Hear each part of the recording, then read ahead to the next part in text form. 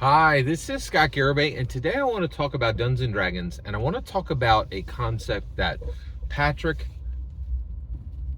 Bet David talked about.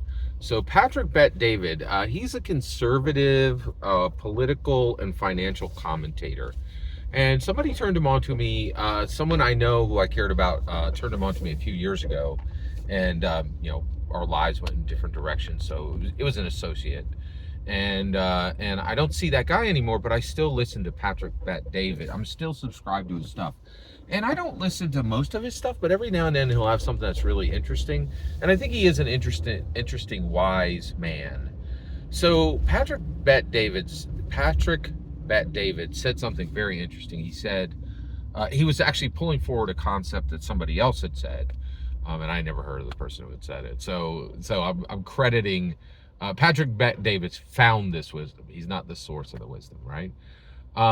And that's a good question too. Like, why not just say the source of the wisdom?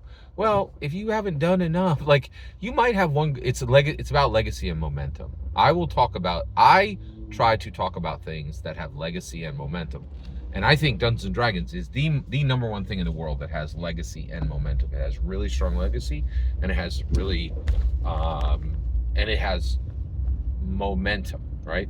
A good and like, what's a good example of something that has legacy but no momentum? Garfield, right? They just did a movie, like it just kind of plopped out. Nobody cared, right? Like, didn't do very well. A lot of legacy there, no momentum, right? And so this creator, they have some momentum, but they don't have a legacy. I don't know their name, right? But Patrick Bet Davis has legacy and momentum, right? So I'm crediting him with the idea, right? I'm crediting with him finding the idea, and I don't care enough to talk about the creator because they don't have any legacy yet, right? And so I just think this is the shape of the world. So all right, let's get all the way there.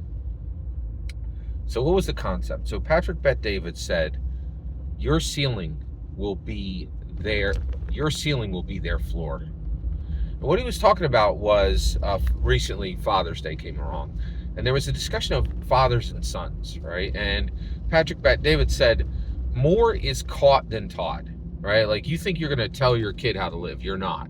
You're going to live your life, and then they're going to see what you did. None of your words matter. Only your actions mattered, right? I totally agree with that. I completely agree with that, right? More is caught than taught. They catch you doing something. They catch you doing the right thing, or they catch you doing the wrong thing, right? But all your blah blah blahs, none of that matters. Or you could talk your head off, right? But they're going to look at how you live your life, right?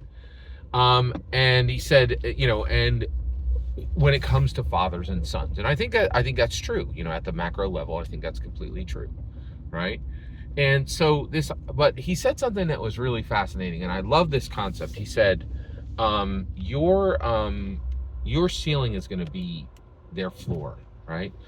And so I'm doing something right now. I am doing something extremely unusual. I am on YouTube saying every day, Dungeons and Dragons is not a game. It was never a game. It never will be a game. It's not a game now. What it actually is the most powerful secular human improvement engine that's ever been created. And this is really important for you guys to understand, in that what I'm saying is that if you want to improve your life and you do not have a sacred base, right? If you're not a person of faith, Dungeons and Dragons is the best way for you to improve, bar none. And if you are a person of faith, then Dungeons and Dragons is an incredibly effective tool to explore identity, right? So I'm saying, and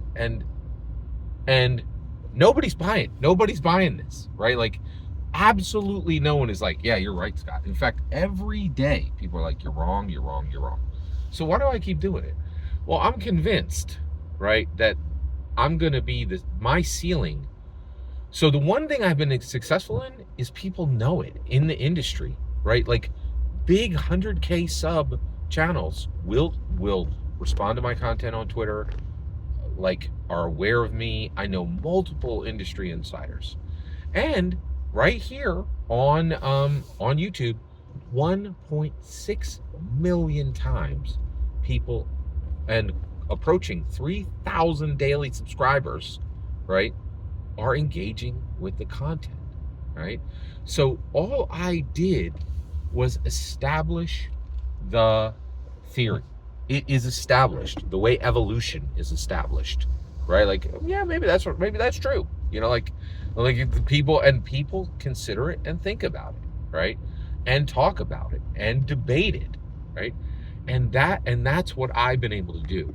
I'm convinced I'm never going to see Canaan. I am the Moses, right? Like Moses led the people through the wilderness, but he never was allowed to step into Canaan. I don't think I'm going to see a world where Dungeons and Dragons is used as a powerful tool to improve humans daily by the millions. But I do think it will happen. And the reason why is I think one of you is going to continue to contemplate this and then is going to start where I leave off. And that's where it will be delivered. I'm very convinced of that. So that is why I continue to push an idea that never seems to get traction, right?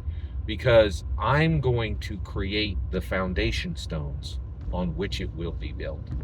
And I'm strong enough to do it, even though I'll never be able to walk into the promised land myself.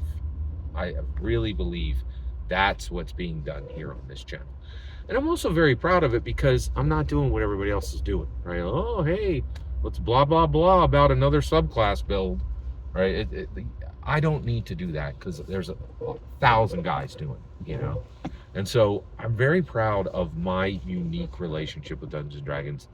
And I'm very proud to be working on the foundation stones. And I believe my work will be the ceiling that becomes somebody else's foundation. So they're not starting at zero. And I also believe I'm incredibly blessed that God put me here and made sure I read Moses and are like, sometimes you just lead them through the desert. You might not go into the promised land yourself, right? And if I did not have such a robust relationship where God blesses me, Jesus blesses me, the Holy Spirit blesses me every day, I wouldn't have the strength for this. But because I understand the world, both secular and sacred, I think I was in a position to understand Dungeons & Dragons at the exact moment it came.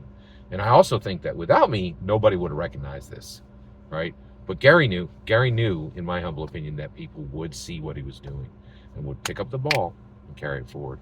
Every single word you just heard is my humble opinion. What's important is when I get to your humble opinion. When you get in the comments and send your traffic, please consider like, subscribing, and have a fetch millennium.